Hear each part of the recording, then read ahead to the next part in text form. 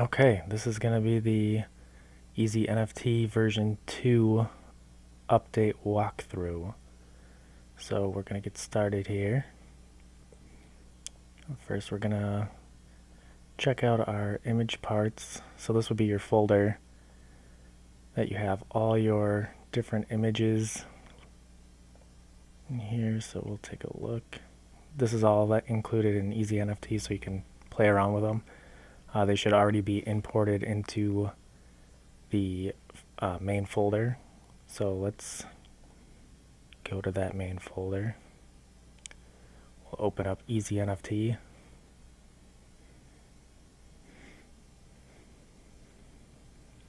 Alright, so there's a bunch of stuff on the screen right away.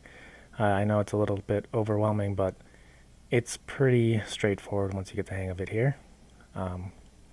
First thing you're going to want to do is activate your parts path by clicking here. So that'll get your main folder where all the parts are going to be located. So this is where you want to put all your folders. So let's just copy this line here. Once you activate it, it's going to be different for everybody because it locates exactly where this app is located on your computer, and then it finds that specific path. So we'll go copy it. I'll tab back over. So I want to put all my images into that folder. So I'll just close those down there. So let's go to that folder I just copied. And here it is. It's called the Streaming Assets folder, or Streaming Assets, I should just say. This is where you're going to want to drag all those folders in. So let's open this back up. So we can just take our folders here, and I just copy them, and then I paste them in here. That way I still have my original files over here, and then the copied files go right into Streaming Assets. So that's all you need to do to have Easy NFT interact with these specific images or image parts. So here I'm going to be just using the colors, or the color folder for the backgrounds.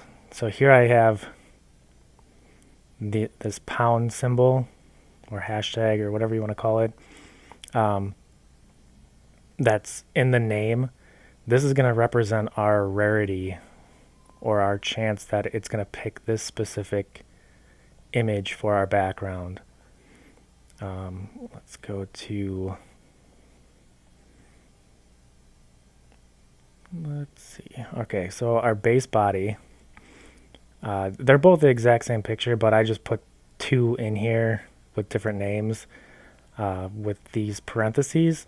So anytime you add a parentheses to the name of the image, this is going to be accessed by using the additional traits input field. And I'll show you that once we get over to making our layers. So let's just jump right back into Easy NFT. So now we got our parts path.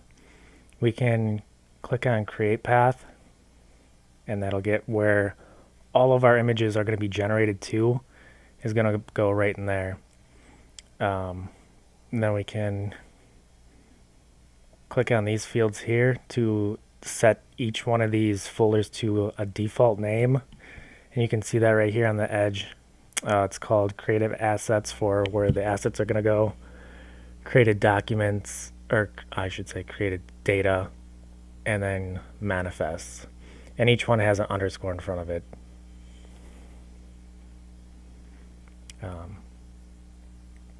So yeah, otherwise you could name these what you want. We could call this one, let's just say, frogs. And then it'll automatically append it to that path. We can call this one frog data, and I'll make the frog data. And then manifest, I'll just leave manifest because I don't really need to worry about renaming what manifest is, because it'll automatically create a new folder called that anyway. So we can call the name of the manifest though. Let's call this frog lists, or just frog list. All right. And then I also have this option here to allow duplicates. So say like if you are making something that is changing the color and you don't really care if it keeps picking the same, let's say you have just a plain white background, but you have it randomly picking different colors, you can allow duplicates to keep picking that same, or keep making the same one. So instead of having each individual generated image be a completely unique image, it can make a duplicate within the list. If you have this checked, if you keep this unchecked, every single one will be different. So I'll just keep it unchecked. And we don't have to worry about anything from update JSON on down, because that's after everything is generated. So I'll go through that afterwards. So let's click on File. So now let's, if we don't put anything here in the generated width and height, it'll automatically default to 1000 by 1000 pixels, which is fine. Otherwise, you can specify the size that you want right there. The input amount, I wait until the end to put the input amount, just so I know I'm absolutely ready to start generating. And these two new fields here are the rarity for the layer, or the chance that this layer will show, out of the number here. So it'll be 100 out of 100, so that this means that this layer will always be picked to pick an image from this layer. So if I wanted this to be 50 out of 100, it'll be a 50% chance that this layer will be picked. If you delete it, it's going to be 0. So let's just make sure that we put our 100 chance, because I want this first layer to always try to find an image. So let's go call this first one background. This will go on my, I like to put backgrounds on -1. That way it leaves 0 as my in-between space. A subfolder name is backgrounds. And the parts folder for the background that I'm going to pick is out of color. So this, go back here, I'm getting right from here where I pasted in the streaming asset. So backgrounds, and then it's going to pick out of the parts folder color. So since I left it at 100% chance out of 100, it's going to go through each one of these images. And since I put a rarity on these images with the pound symbol, it's going to be a 75% chance it'll be green, 10% chance it'll be pink, 25% chance it'll be tan, and a 5% chance it'll be transparent. Now, these numbers don't have to add up to 100. You can have these be completely different. It's just picking out of 100 what the chance is going to be. So it's its own individual chance for this specific layer. So let's just go back in here and load those up by pressing this button. And once it loads, it'll be grayed out, so you can't change it. If you mess up the name, you can always delete it and re-add the layer. So now I can preview the image by clicking the preview random, and it'll automatically pick one of those random images in there. Okay. I'm not going to be changing the position or randomizing the position here, so I'm going to keep that the same. The affect all images applies to the positions up here. So I'm going to leave that. The color, I'm going to leave the color alone because I have the colors specified and I have the colors named here. So changing the color within the app doesn't make sense if I'm going to have these be named here. Otherwise, if you had just one white background and you change the colors, then and just have it always pick the white background, you could have it. So when you go here, you can have it be a random color. So let's say right here. So each time it'll just be a random color every time it's generated. But I'm not going to have that for this because I have my colors specified. So I'll keep that like that. And the additional traits, this one doesn't have additional traits. As we can go back to here, you see I don't have any parentheses. If I did have a trait in here, I would have to trail up parentheses after 75 if it had an additional trait, just like in frog body here. But see, frog body has an additional trait, but no rarity. So let's go back in here. And let's add another layer.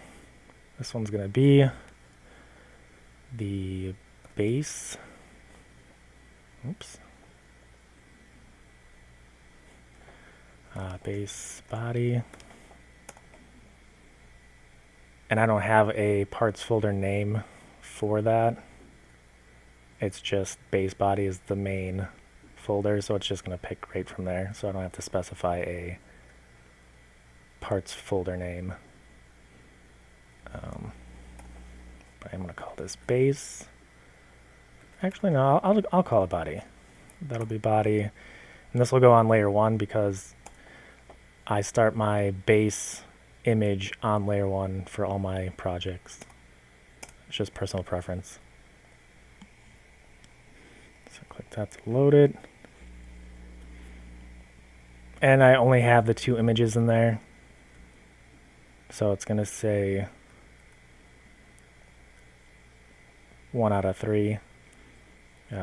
3. It's always going to be +1 for this excluded number here because the random range is only going up to 3, and it will never select the third one because it doesn't exist. But they're both the same age, so even if I click preview random, it's going to look exactly the same. Just so I can show you here, I'll make this one pick a random there.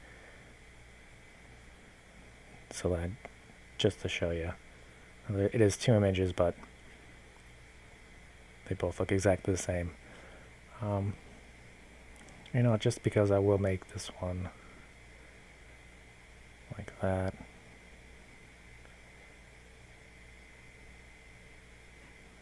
I don't know. I will have it. I'll have it change the body for each one. So if you select each of the channels here, it will randomly change the color for each one. And since I kept the original one white, it's going to do the full change when you change each of the values in the slider here. Or you can change the value manually by just typing it in. Let's do like 5. 1. So yeah, it'll just change the color each time.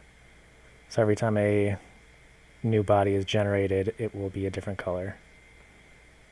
And since I do have a trait, I'm going to click on Add Additional Trait. And let's go back to the folder. So I only have 1 additional trait, so I'm only going to have the 1. Click there. So I can name this whatever I want for the trait type. So that trait type is going to be, let's say, since I have a plain frog body and a strong frog body, we'll just say this is power.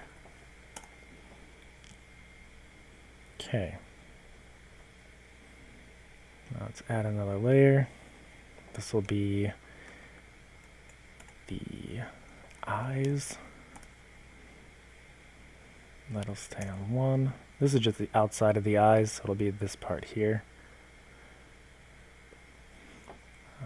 This is in over parts. Eyes. Load that up. And I only have the 1 set of eyes in there, so if we go to over parts, just to show you, and into the eyes folder, this is just the basic eyes. I only have 1 in there, so it's only always going to pick that one. And I'm not going to change any color. I don't have any additional trait types, so I'm going to leave everything else as is. and just add another layer. This one will be pupils. This one will go on the second layer, so it's above the last one. This is in overparts and in the pupils folder. Click on that. So you can see that in each one of these, I've just kept each layer chance 100% because I'm not changing any of those to pick the specific image from each one of those layers at a chance. I want them to always be able to access an image from each one of these. So I'm not changing this parameter here, the chance parameter for the layer. Let's see. So the pupils, I have two different pupils in here. I have the plain pupils and then the star pupils. Now this one I am going to change the position on here. So since this is the topmost layer right now, I can click and drag on it and figure out where I'm going to have these positioned for each randomly generated pupil. So this one you can see I'm at like -50 in the Y. So I know -50 is going to be my minimum. About 0, where it started, is going to be my maximum. And then about negative, let's just do, let's see, I don't want it to go too far over because I don't want it to go like up here. Let's just do like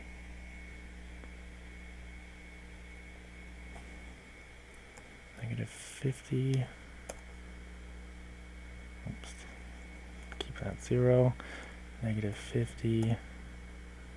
This one will be -20 and +20. So just to test out, you can just click on random position then once you have those filled in, and you can see that the pupils move around and it will move on each image that's generated, going in between those two ranges specified, which is pretty cool. And I want it to affect all images, so now when I click on preview random, it will change the pupil and the position at the same time. So it'll do this on generation, which is really cool. Alright, let's add, I don't have any traits or anything tied to the pupils. At least I don't think. Let me just double check. No, it's just the two images. So I don't have anything to change there. Okay, let's add another layer. This one will be the mouth.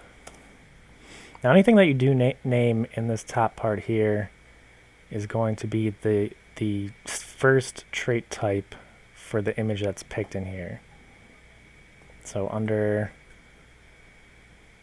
mouth, it'll be mouth as the trait type, and then the value will be the name. So basic mouth, fangs, mouth 1, mouth 2, no mouth, round rectangle mouth, round square mouth, small round square mouth. So each one of those will be the value of the trait type specified here called mouth. And you'll see that when I get the JSON file generated. This is going to go on the same layer as pupils because the mouth and pupils never overlap each other. So I'll just keep it the same at 2. Over parts, mouths.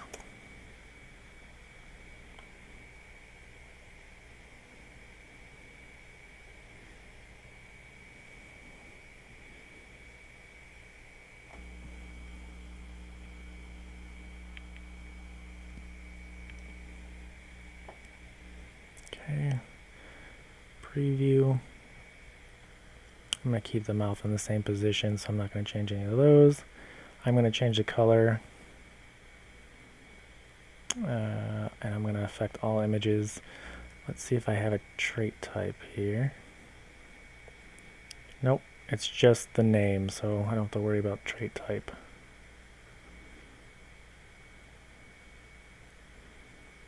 Okay.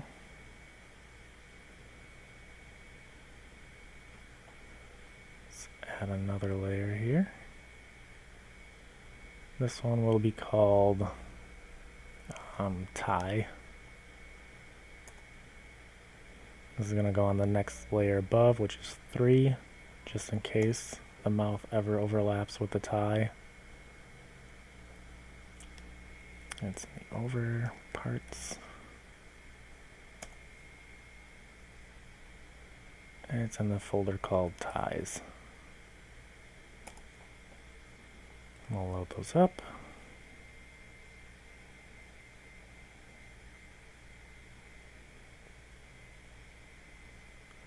Take a little bit with my computer. There we go. Let's preview random. And there we go. I'm going to change the color on each one of these. I'm going to affect all image colors. And I'm going to preview what that looks like. Okay. So now every time another one is generated, it will change the tie and it'll change the color. Cool. Now let's see if I have any additional trait types. I think I do, but let me just double check.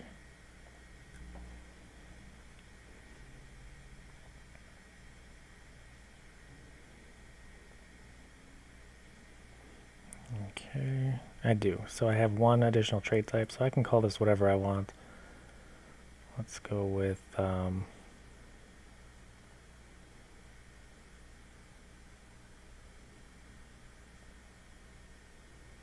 so if you accidentally add a trait type and you don't have one, you can just remove it and it'll eliminate that from the list there. So here I do have the trait type. This one is going to be called, let's say it said power for the body. Let's call this one bling level. There we go. Bling level. Perfect.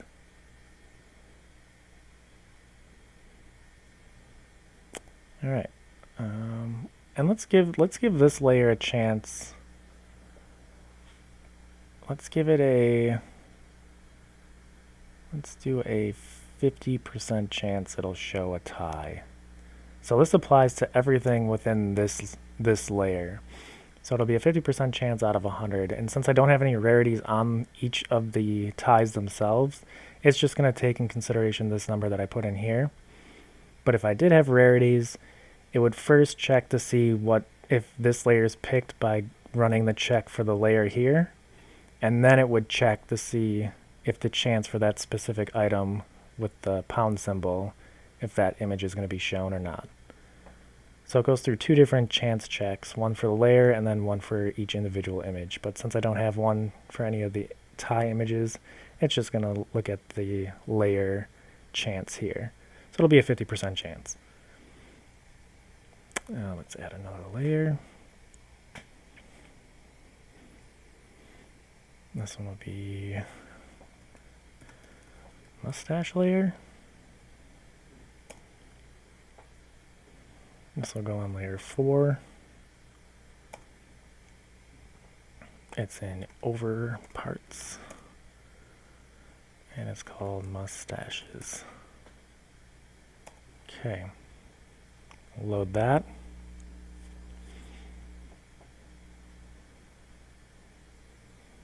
And give it a moment to think.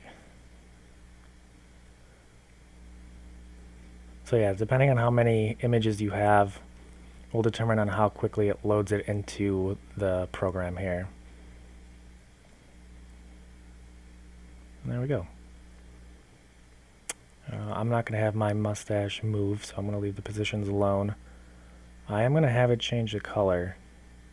So I'll activate red, green, and blue channel. And I'm going to make sure that all mustaches are affected. So that we can preview random. And there we go.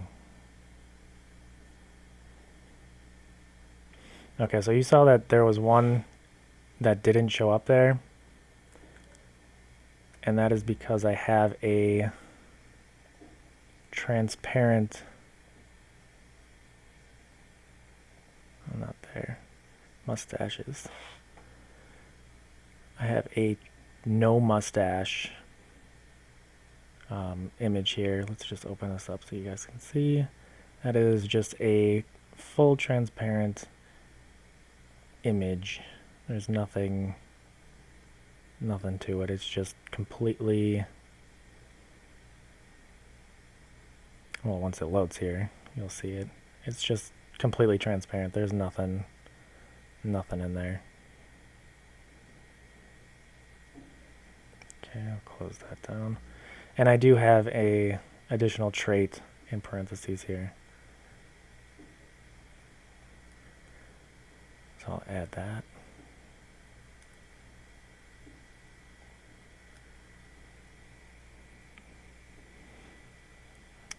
Let's scroll down.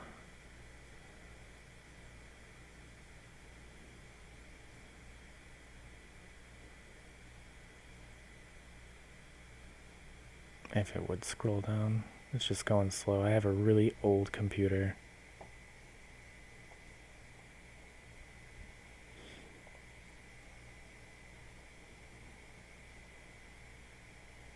Okay, so I'm going to put in here. So we have power. We have bling level. Let's see, what could I call for mustache? Let's call it.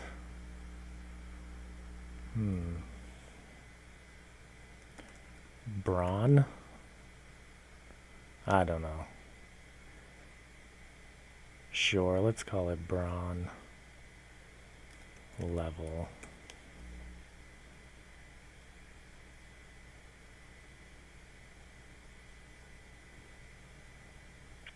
You know what?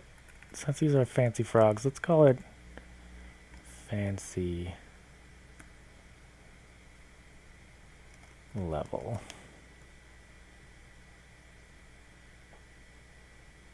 All right. Cool. So that'll be fancy level, and let's give let's do a layer rarity or a layer chance check of 75%.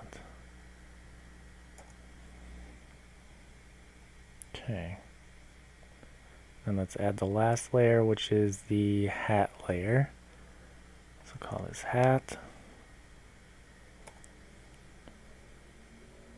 The order number, remember I kept the background as -1 and the body as 1, so anything in between can be put on 0.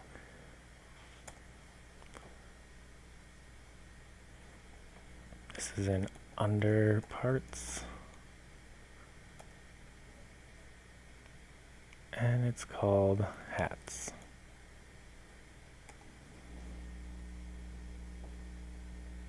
Let's load those.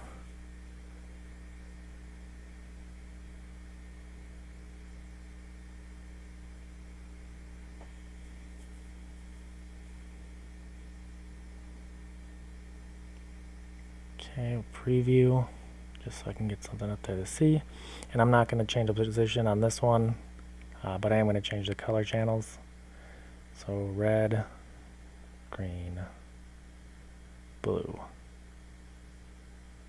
And each of the images will be affected. And I believe I do have a trait type for the hat. But let's just double check.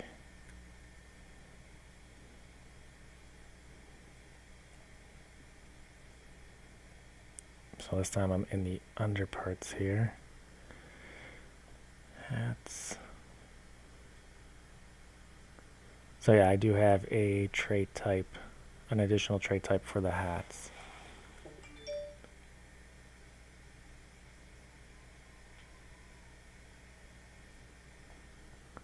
So here,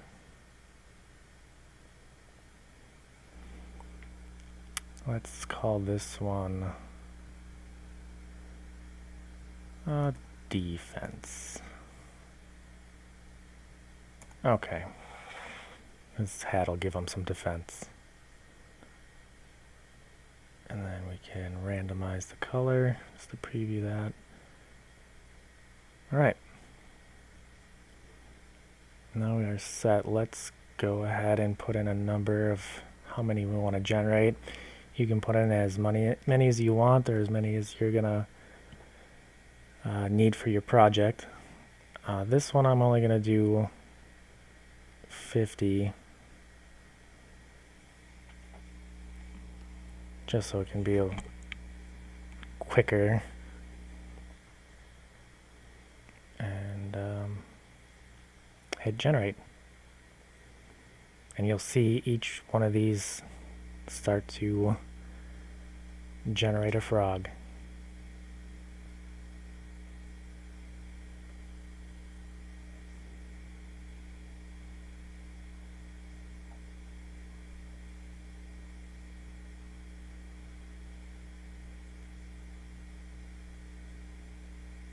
Now remember, I had the tie and the mustache have a different chance percentage on if it's going to show or not. So that's why some of these are showing up as not there. Same thing with the background. I have rarities per image. So green will show up more than any of the other colors. Pink is probably one of the rarest ones.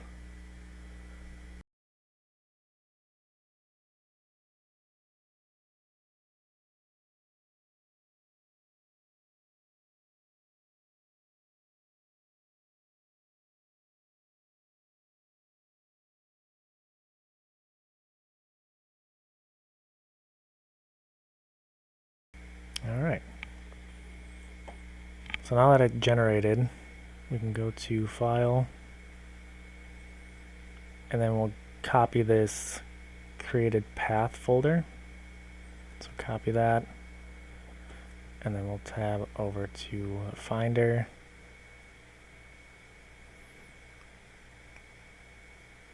And then we'll go to that specific folder, pasting it in here.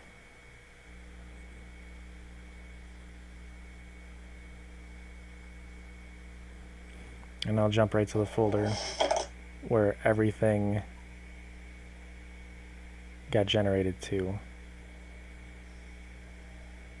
So here we can see the name of the assets folder was called frogs. The data folder was frog data. Manifest I kept the same, but I did name it within here to frog list. So let's look at the manifest.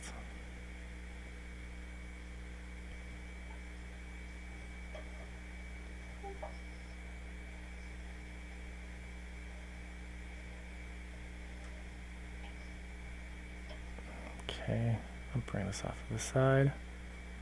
So this is a list of everything that was generated in order.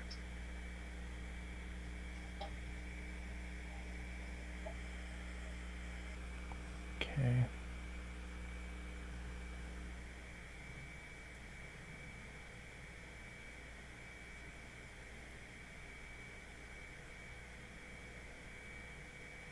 So now that I know that it generated everything, I'm going to quit the program for right now.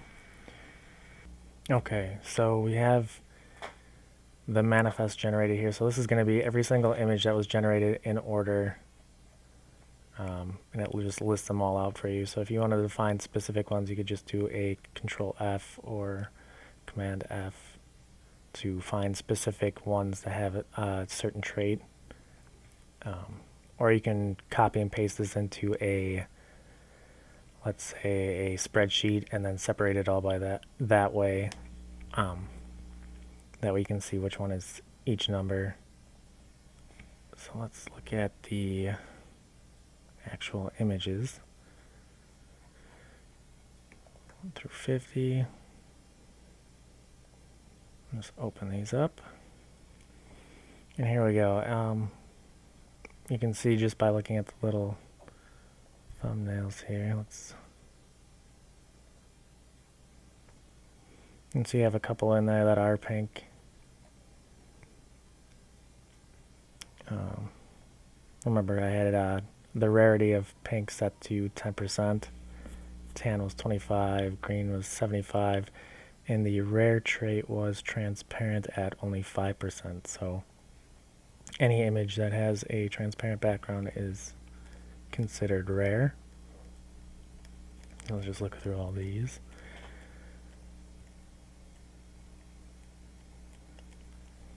Looking pretty good.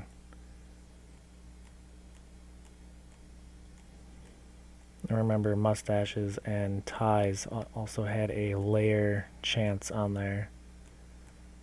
So if we had a transparent background with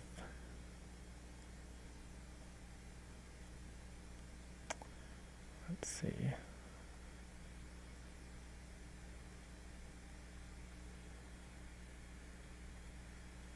This one right here would be considered a rare one because it has the tie, the mustache, and a transparent background.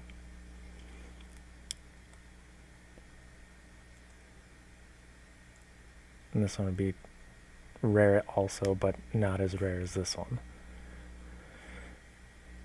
Okay, let's look at the data. Frog data. So let's just pull up the one for 3. I can close the manifest. I'm not going to look at that right now. So we can see that this has the JSON file that's created per image. So this is for 3, which is what I have open here. You can see that the trait types here, the trait type hat has the cat headphones. We can see that here. And here's the additional trait type that we added, which is called defense for the hat. Has a defense of 5. And you can see that these are coming out as strings. That's just how the program translates everything at first, just because when you name something in the file name, it's automatically considered a string or a word. But we can change these all to integers or floats, or a number value, I should say. So OpenSea can recognize that as a number value instead of a word or a string value. But just going back through it, it has an English mustache because it's this long mustache here, with a fancy level of 3. The tie has the heart chain. The bling level, because of the heart chain, is 4. It doesn't have a mouth. Star pupils. And then the frog body, which is the normal body type. So it has a power of 0. And then the background is transparent. So now we can go back into Easy NFT. So I'm going to just minimize this. I'm going to close the JSON file. Close this too. I can just open those back up later, but let's go back into Easy NFT so we can edit that JSON file.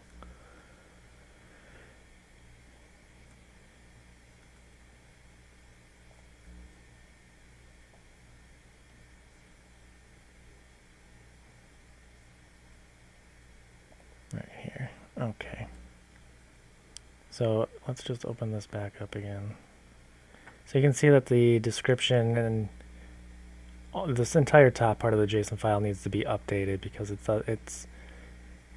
this whole thing is kind of all smushed together. So when we update it, it'll format this so it's a little bit easier to read.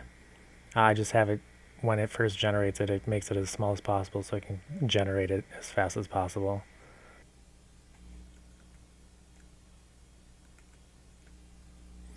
Okay, so we're back in Easy NFT, and we're going to update the JSON file, or the metadata file. So here you can see we have all the fields here: name, description, external URL, image, royalties, and then the wallet address or to whoever's going to be receiving the royalties. But before we type all that in, we should figure out where it's going to be going or what JSON files are going to be updated. So we need to re-specify in the data field what folder is going to have the JSON files that we're going to be updating. So here we named it frog data, I believe. Let's just go double check. Yeah, frog data. So we just got to make sure that we re-put that in here and then just hit enter, and it will populate the path followed by that folder name. So now we can start filling in our fields to update the JSON file. So here we got the name. Let's see, what should we call these? Fancy frog hashtag. So I did fancy frog hashtag space because after the name it's going to have the file ID. So each one of the frogs or each one of the images that is generated has a number, so it's going to just put it right after that. You'll see once it's all generated. Then for the description, let's just put frogs that have class. The description can be like anything you want, really, whatever's going to describe your specific project. The external URL, this would be like your website that you're promoting your project on. So mine would be like www.halfsupershop.com. Enter. And then the image URL. So I haven't put these on a hosting site yet, but typically they would go into like IPFS. So it would be like IPFS : // and then your CID number, which is like the main folder where all the images would be in, and then you just end that with a /. So then once you hit update in here in Easy NFT, it will go and cycle through all your files, and it would put in the number that corresponds with each image at the end of this URL here. So you'll see that again once I hit the button here. And then the next two fields, this one is for royalties. As soon as you click in here and if you hit backspace, it deletes the default that I have in here. If you leave it by default, it'll automatically support my pretty much support Easy NFT. So it'll support me with a 0.25 percentage. But you can go in here, you can just delete that out, you can put it to 0, or you can put it to whatever you want. Just for testing purposes, I'll put 2, and then I'll put in, let's say, just your wallet address. And this is where you would have your wallet address. It usually starts with like a 0x and a bunch of stuff. No spaces though, but it would be your public address. Don't put in any private keys or anything like that in here. I'd never ask you to ever do that on anything. You don't want your personal information out there. So just make sure that it is your public address, the one that you'd show people. If you're sending or receiving anything, that's the address that you would put in here.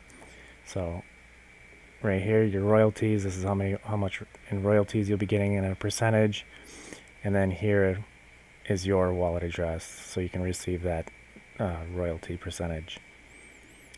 And then once we get that all filled out, we can hit the button here, update JSON, and there you go.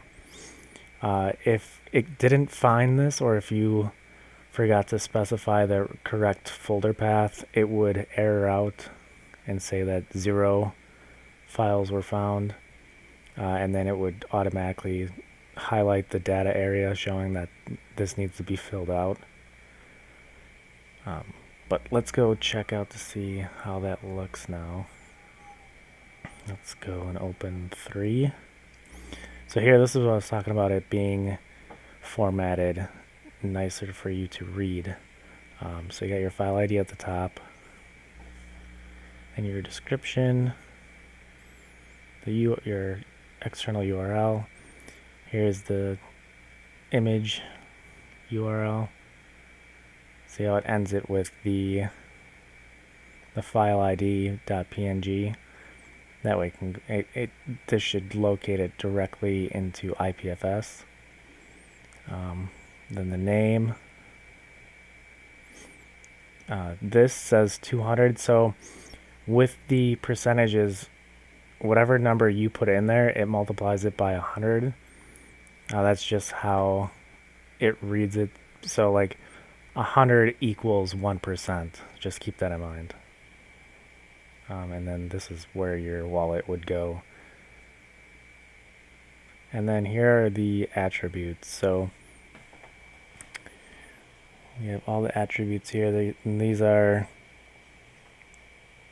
you can see that the number values are put in quotes. So we need to change that so it doesn't have the quotes. In order for OpenSea to read these correctly as numeric values, you need to make sure that those quotes aren't there. During the generation process, because these values came from the file name, it puts it as strings, or a word, I should say. That's why those quotes are there. So we can go in Easy NFT and change that. So you have to keep in mind that each one of these in this list, it counts the list from 0. So this first one would be ID 0, then 1, and so on and so forth, 2, 3, 4, and so on. So we need to change 1, 3, 5,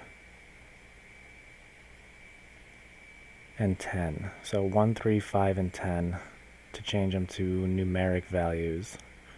So let's make sure we close the JSON file. If any JSON files are open, when you go to update, it won't update that file. So just make sure it's closed before you go back into Easy NFT. So let's start here. We're gonna change it to a numeric value. So int just means whole numbers. Float is decimal numbers, anything that has like a point. And then string are words. Any strings just mean it's going to put it in a quotation. So let's make it an int. So we said 1. So we'll update 1. 3. Update 3. 5. Update 5. And 10. Update 10. Okay, so each one of those were successful. So let's go back into the folder and check it out. Let's open 3 again. So you can see it's now a numeric value. It doesn't have the quotes here, here, right here. It says 4, and here. All right, perfect. So those are all looking really good. Let's say if you mistakenly tried to do like maybe, let's just do the first one here, which is index 0. Let's see what happens if we try to do that. So if we try to make 0 an int, let's just watch what happens. Let's open that up. It'll change it to 0. So now all your JSON files are now going to be pretty much messed up. It's unfortunate. So all of them are going to have the value of 0.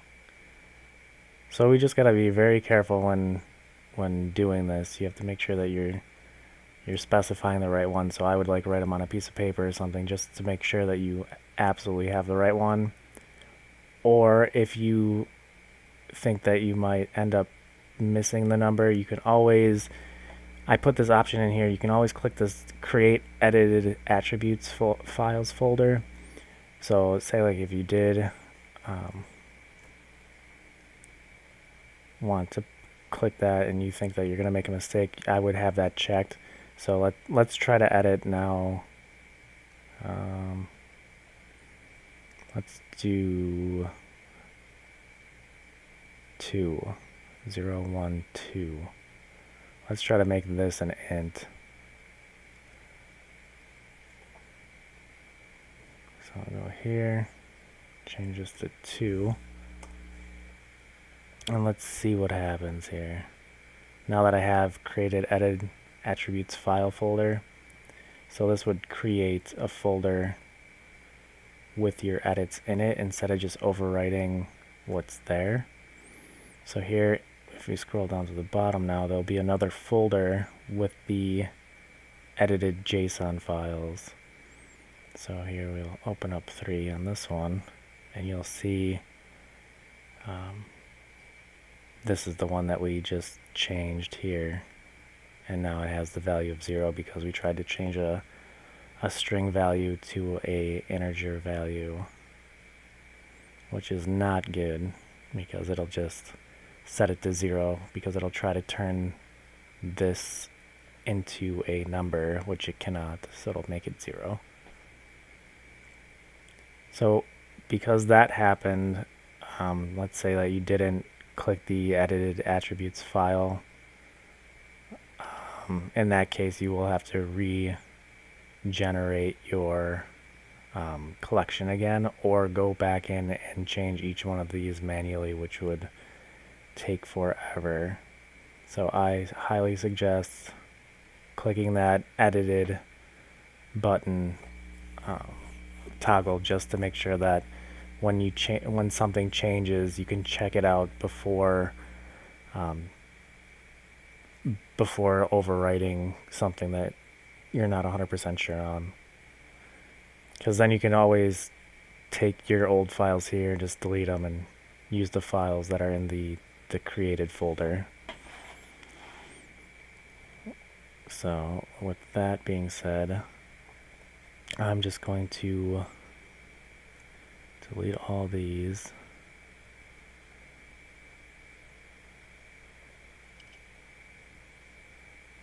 Oops. Delete that, and this. And then I'm going to regenerate my set of frogs again.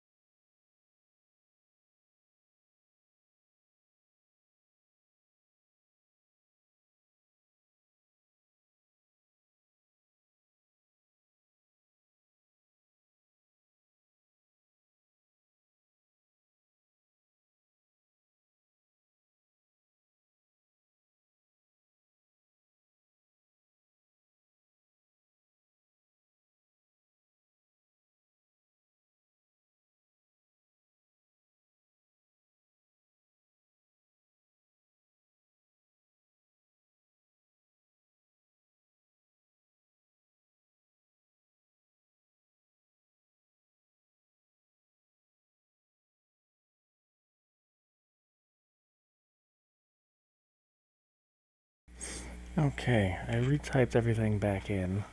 I'm actually going to show you how we can have separate batches be merges into one batch. So let's make this first batch 25. So we're going to do two separate batches. The first one's going to be 1 through 25, and then the second will make it so they all have, let's just go with the diamond tie. We'll make sure that they all have diamond ties, and maybe the triangle mouth. So we'll do this first one where it'll be completely random. It'll just pick whatever ones, but in the second half, we'll make sure that it always has the diamond tie and then a triangle mouth. So let's just generate these 25 first.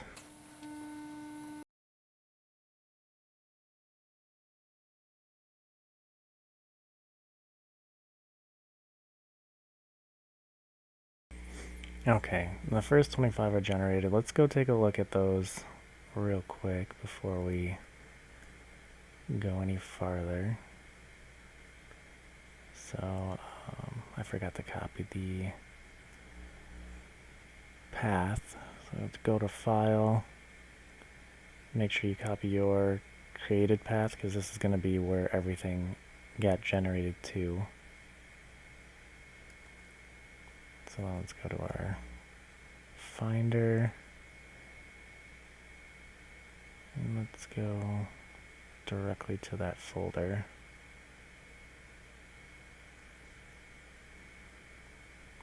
Just to make sure everything got generated properly. And there's the folders that we have here. Created data. So we have 1 through 25. Okay. Now let's take a look at the pictures, or the images. Let's open those. And then we'll compare it with a random JSON file. Let's go with like 11. We'll open 11 and see if it matches correctly. Okay, let's go down to 11. Okay, so here is 11. So we can see right away that 11 has no tie and a cowboy hat with a green background. So let's open up that file. It has the cowboy hat right here. And it has the grandpa mustache, which it does. It also has the small round square mouth, so there's a round square under here. Doesn't have any tie. So a tie, none. That's good. The star pupils, perfect, and the green background. Alright. So yeah, I pulled the data just fine. Okay, so now let's close this. So now we know that we did 1 through 25. So let's do the remaining 25, but we'll make sure that those have just the diamond tie and a triangle mouth. So, alright, so here's the mouth. We wanted the triangle mouth, so let's see how we have that set up.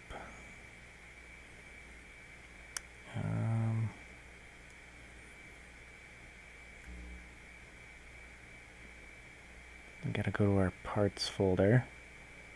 So copy this path.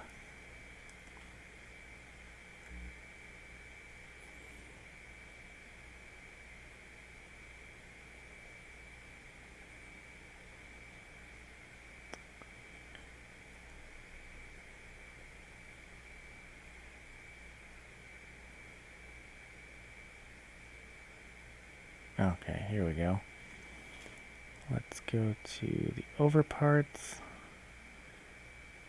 the mouth, and we want the triangle mouth. So I believe that we have the triangle mouth is mouth 1. Let's just double check. Okay, so there's the triangle mouth. So mouth 1 is in the third one down. So these are indexed. So if I go back in Easy NFT and pick that third one here, in the preview section, we'll set this to 3 and this number to 4, because remember, it's never going to pick that number. So it'll always pick the triangle one no matter how many times you try to generate a different one. It'll always pick 3 because it won't pick 4. Alright, so we got the mouth set up. Now let's go to the tie. And let's change the tie to, let's find out what the index is.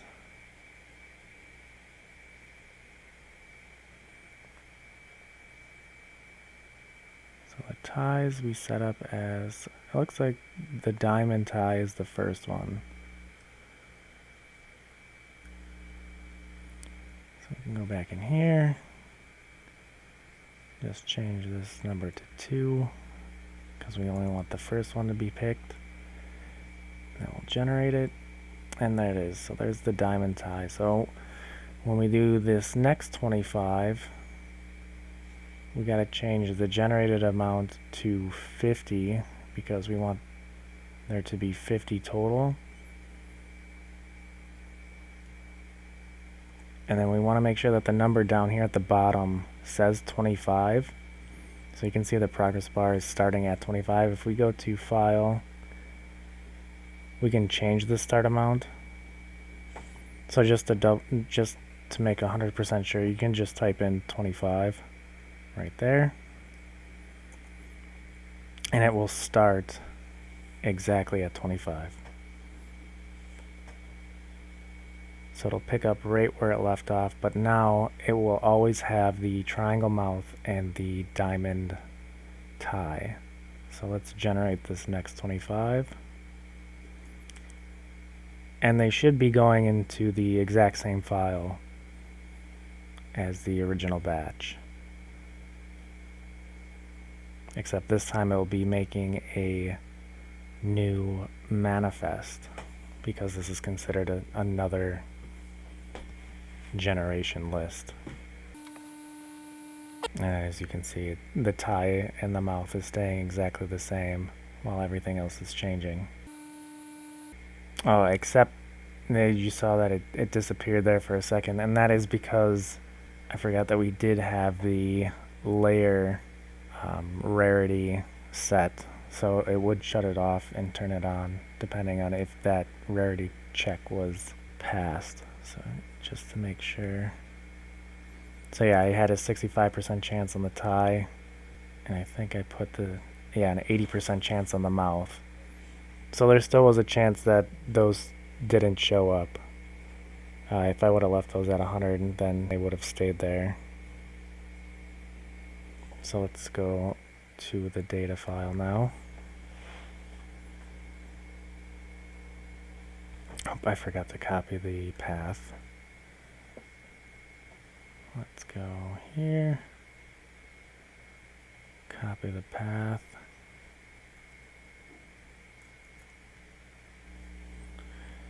And then go to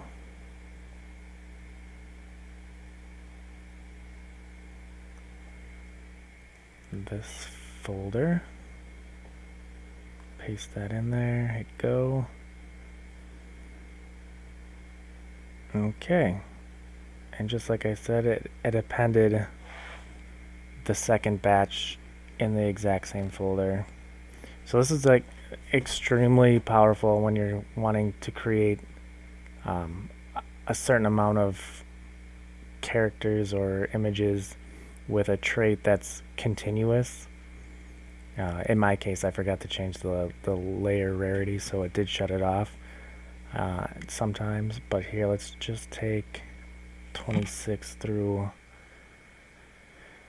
there we go, 26 through 50, and let's open these and check them out. Okay.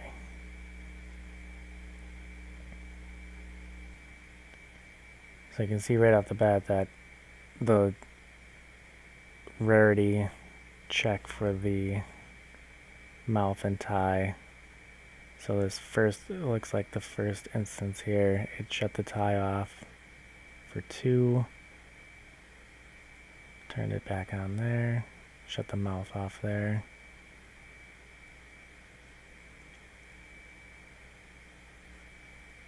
So yeah, the triangle mouth and the diamond tie is consistent all the way through except for the times that it didn't pass the rarity check for the layer. But you can tell that there isn't a different mouth. It's always going to be the triangle and diamond tie, just because we set it up that way for it to generate for the next 25. And then we can take a look at the JSON file. So here we're on 46. Let's go to the data file here. On 46. Right here.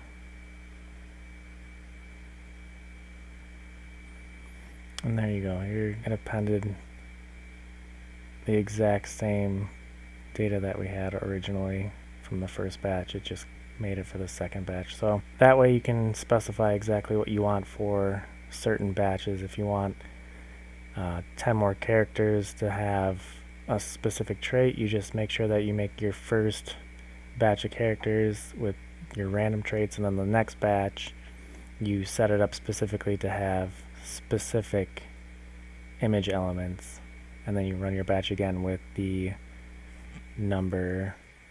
Here, let's go back here and shut these off. Like I was saying, you run that batch, making sure that you change your starting number to the max that you had up here. You put it down here, and then put this to the new maximum amount and generate it again. So now we're going to update the JSON file.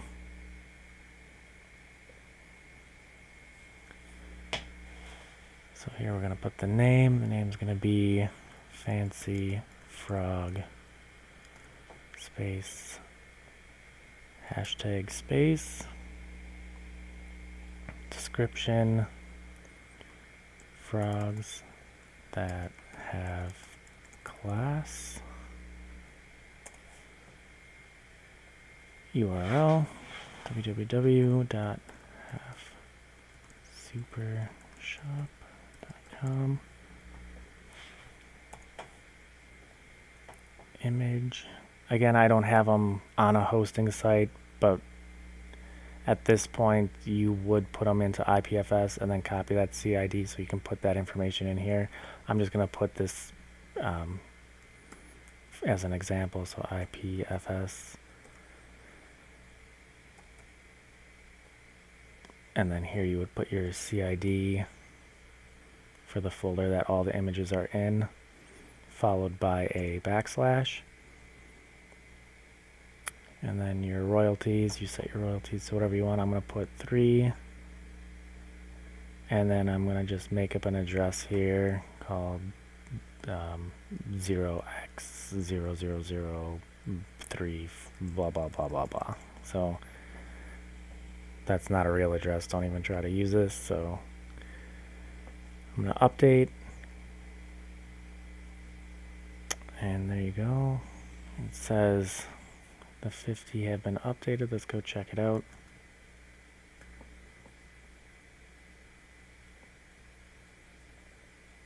Let's open up 43.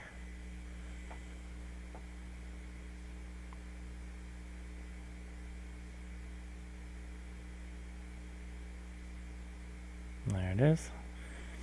And as soon as you hit update, it goes to this nicer format so it's easier to read. And now I know for sure that I'm going to write down my index for the attribute. So again, starting from 0 and working your way down is the index for the attribute. So 0, 1, I'm going to make sure I get 1, 3, 5,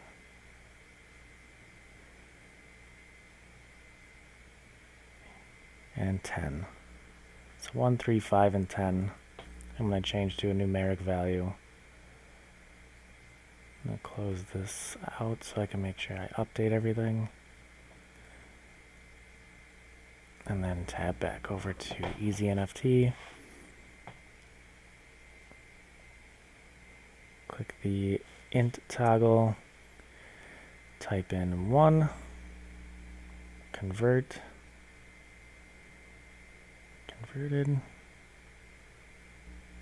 Okay.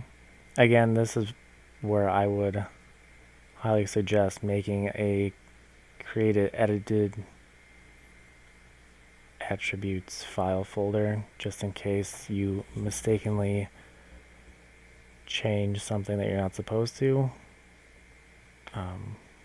But since I know for sure because I have it written down, I'm going to just go ahead and keep doing this. So 1, 3, 5.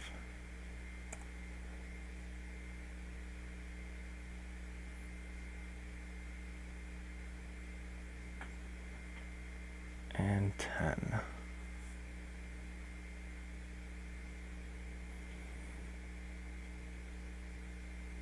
Okay, so let's go back into the Finder.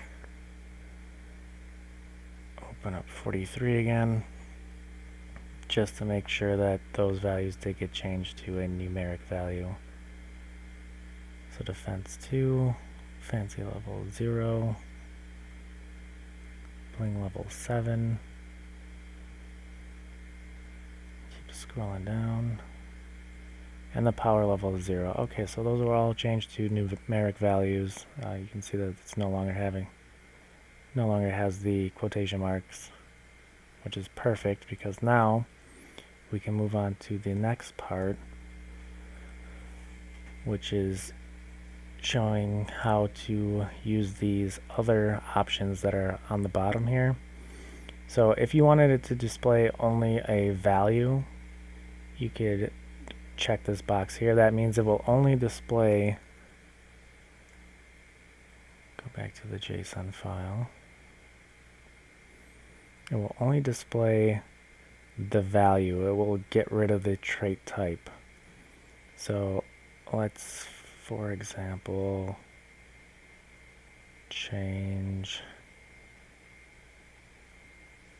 let's say the body. I don't like how it just says body, frog body. I mean, I got frog body already there. Why would I need it to say it in the trait type? So I know that this was 10, so I'm going to change 9.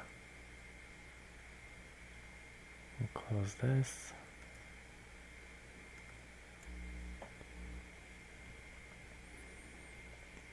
Change 9 to be an only value. And then we'll convert.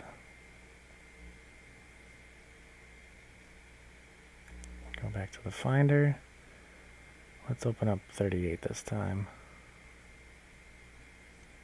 And it's a good habit to check different ones every once in a while just to make sure that it is going across the board with your changes.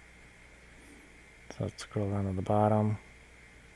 And you can see that the trait type for index 9 is now just a value. So it's only going to show 0. Now let's say if you wanted your trait type back because you made a mistake and you're like, oh, that's not what I wanted to do. Well, we can just add that back in. Let's tab over. So we're still on 9. Let's make it we got uncheck only value.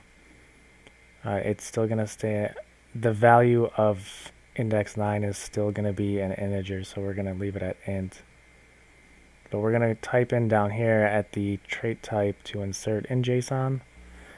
So it's going to put whatever we put in here at index 9, it's going to add that trait type. So instead of it just being the value, we're going to have it now say,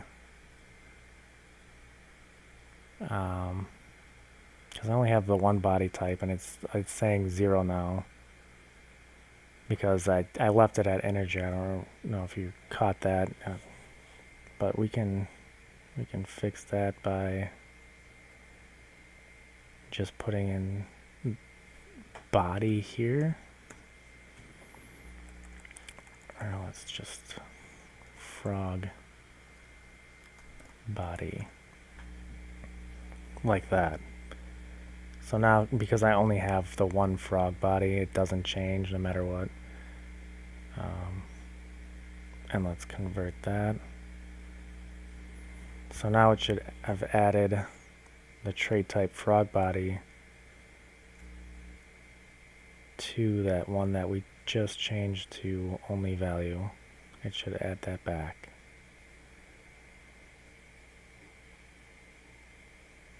There you go, frog body 0, because I only have the one. It only makes sense that the value's only going to be the same for every single one.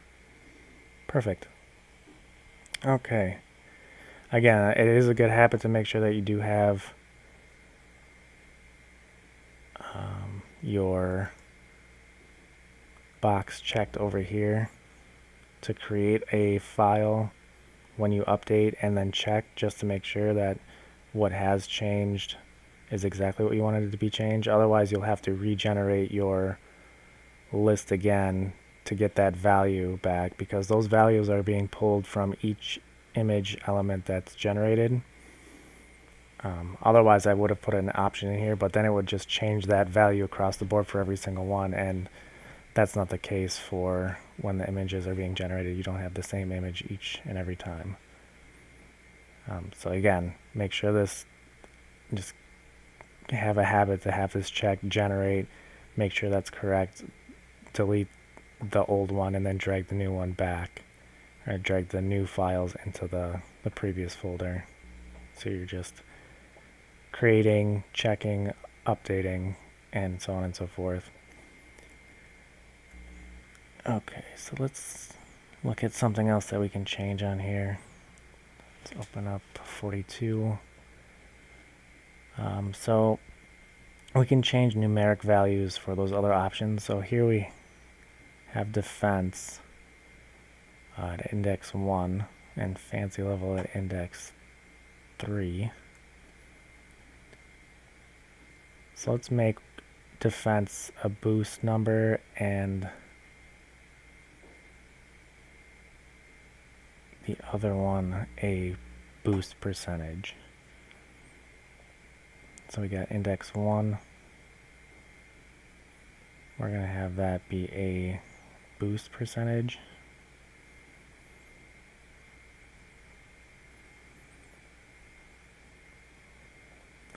And when you turn these on down here, any of these from date number, boost percentage, boost number, each one of those are considered floats. Even though they are ints, it's just going to automatically, it should select float. If it doesn't, make sure this is selected, because these are numeric values, and that shouldn't change ever. So here I got boost percentage checked. I'm going to just overwrite it because I know for sure that that is index 1. And then convert.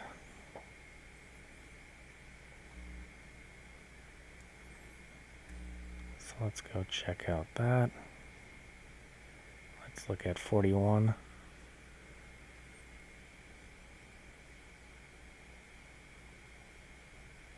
Oh, see what happened here? So because I still had frog body entered in the trait,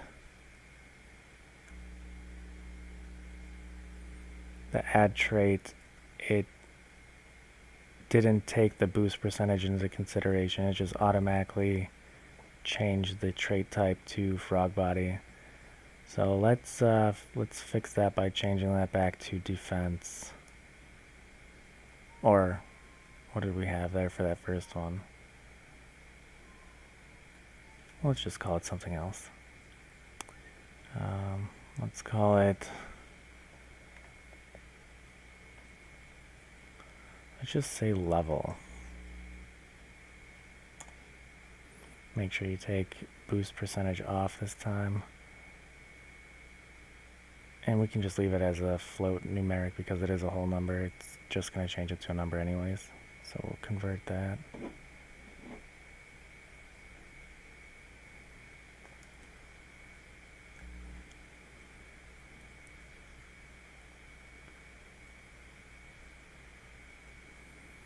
Open that up. Alright, now it says level. Perfect. Before it said defense, so now hat specifies level. So there we go. Oh yeah, we wanted this to be we can have this be just the number display type. So let's go, back into easy NFT. We'll change that to be a number display type. So make sure we get rid of the trait type that we have in there. We don't want that to be shown. We want it to be a number display type. And we're on index 1. Alright, so now when we hit convert, it should add a display type for level to show number only. Let's open up 39.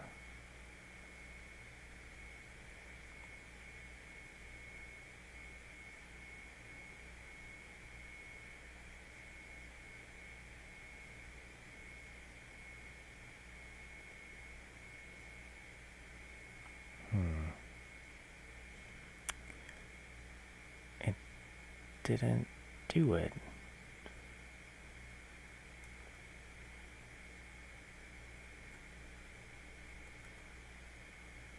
Let's try converting it to a string first.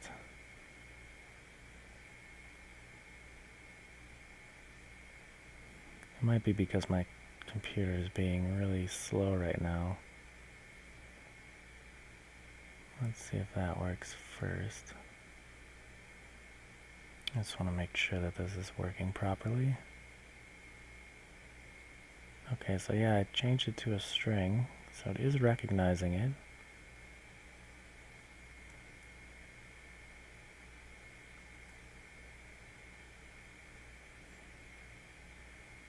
But now I want it to be a number.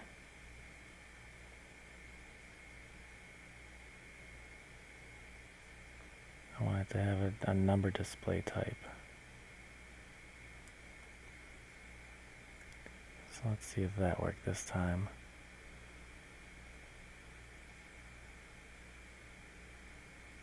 Alright, and there it is. I don't know why it didn't do it originally, but yeah, if you come across that, just change it to a string and then select number, float, and it looks like that should change it. I don't know why it doesn't recognize it in the first place, but there you go. Number is now shown here. So by that, it's following the metadata standards for OpenSea. So let's open up Safari. And we can take a look at the metadata standards here. Let's scroll down and I'll show you exactly what those trait types, how they show up here.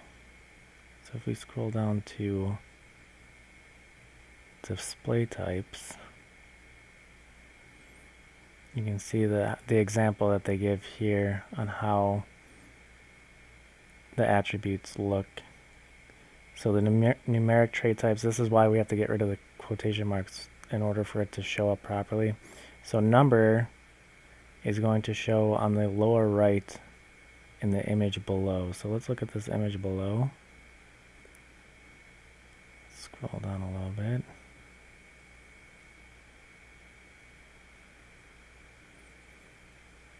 So right here is where that number is going to be. Right here.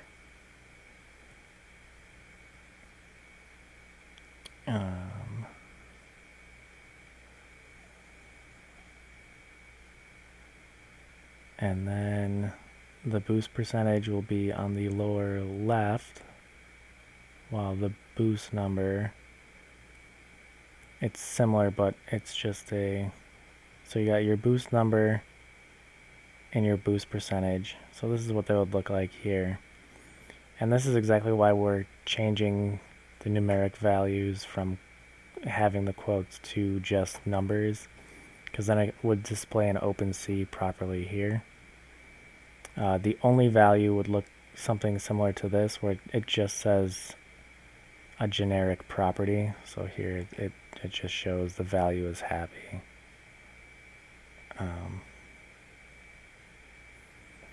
My computer is being very not liking everything going on right now. I also have the option to make a display type for dates. So if you had one of your trait types as a specific day of celebration of some sort, like a birthday, and you had the value be a Unix timestamp value, you could set the display type to be date. Okay, let's go back here.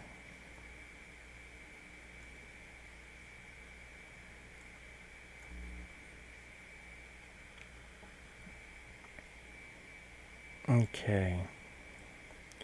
Let's say that we didn't want that number display type to be there.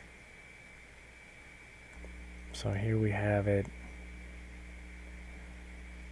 where it does show for level. We have it showing number. Well, let's say that we didn't want it to show there. We wanted it to just be trait type and value because we changed our mind.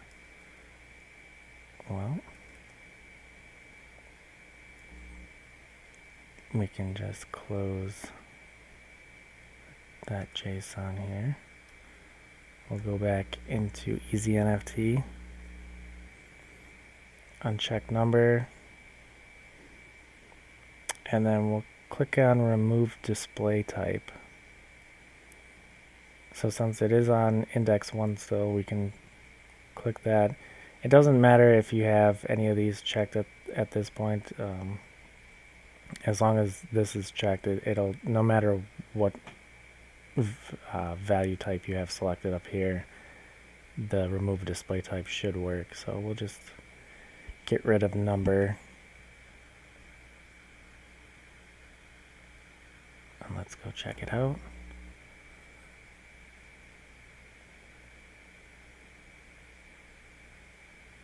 There you go.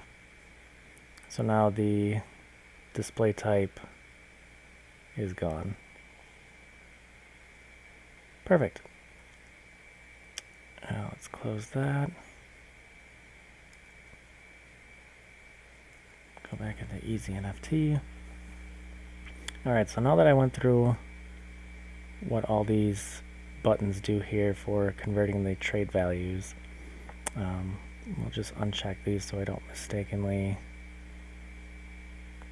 press something. Let's clear this all out. And now there's this last button at the bottom I made to create JSON files for the ERC 1155 token standard. And what that means is the file name needs to have a 64 character padded with zeros, padded zeros in the beginning. So as soon as you click this button, it will make each one of those files into a 64 character padded hex file. So let's just do it. So there you go. Padded hex files. So it made another folder within the created data folder. So let's take a look. And I made sure to have that so it does create an extra file just in case you didn't, or if you mistakenly pressed that and you didn't want it to be for the ERC 1155. But this way you have that option that's in here. So once it's changed to this, you can't edit the JSON files anymore. You'll have to go through and change these all back to numeric values. And that's why I have it in Easy NFT where it's at the bottom, because technically you're working from the top down. Yeah, so let's look at this again. So here you can see, let's spread this out.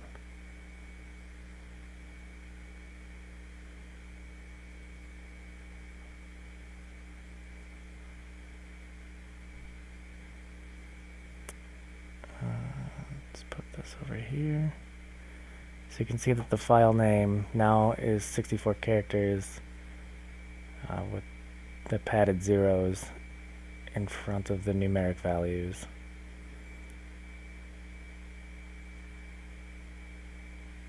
And it is in this separate folder called padded hex files.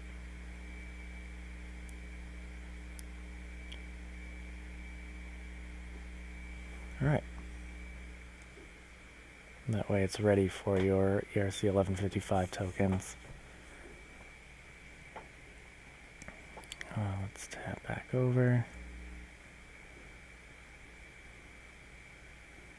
So that should be everything at this point. I hope this helped out. Again, if you have any questions, please reach out to me. I'm going to be adding more features and some more fun stuff. I want to try to get an option in here for position change or rotation changes, just like how I have the position changes here. I want it to have rotation changes with randomized rotation, and then I also want to start looking into having 3D models brought into this. Instead of just 2D images, we could start working with some 3D models, so then we can utilize the Z value, but that's in the future. Alright. Again, if you have any questions, just please reach out and I'll do my best to try to figure out what you're trying to do. Alright, thanks.